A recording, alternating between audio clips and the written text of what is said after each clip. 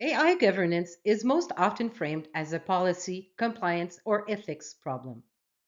Organizations invest time and effort into principles, guidelines, committees, and formal controls, believing these elements are sufficient to govern AI responsibly. Yet, despite these efforts, many organizations still experience serious AI related failures, disputes, or accountability crises. This presentation explains why AI governance fails not because policies are missing, but because authority and decision rights are not designed where AI actually shapes decisions at work.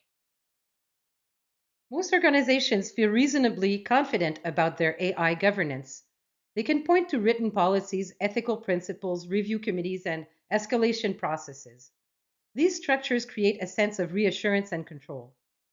However, this confidence often collapses the moment an AI assigned decision is questioned or challenged, revealing a gap between formal governance and operational reality. Governance is frequently confused with things that support it but do not constitute it. Compliance documents define what is allowed. Ethical principles express values. Technical controls constrain systems. None of these answer the central governance question. Who has the authority to decide when AI is involved in real work? At its core, governance is about decision authority. It determines who can rely on AI outputs, who can override them, and who ultimately owns the consequences of AI assisted decisions. If these decision rights are not explicit inside everyday workflows, governance exists only on paper, regardless of how comprehensive the policies appear. Accountability is often discussed as something that can be enforced after something goes wrong. In practice, accountability only works when authority is clearly assigned before decisions are made. You cannot hold someone responsible for a decision they were never empowered to make. When authority is implicit, accountability turns into blame rather than governance. AI rarely announces that it is changing authority. Instead, reliance on AI grows gradually. AI generated outputs become the default reference points for decision. Human judgment shifts from active deliberation to confirmation and validation. Over time, authority drifts, not because it was explicitly removed, but because it was never intentionally protected and redesigned.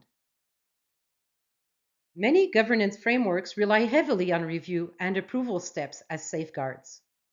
However, reviewing an output does not ensure that the reviewer understands its assumptions, limitations, or risks.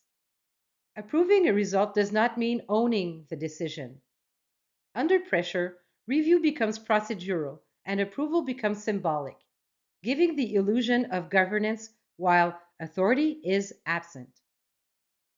Governance failures rarely appear during routine operations. They surface under pressure when decisions must be made quickly, when information is incomplete, or consequences are significant.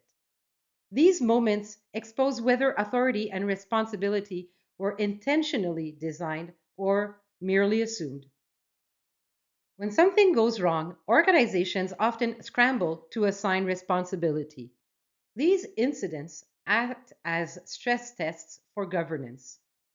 They reveal authority gaps that were previously hidden and expose assumptions about responsibility that never held in practice.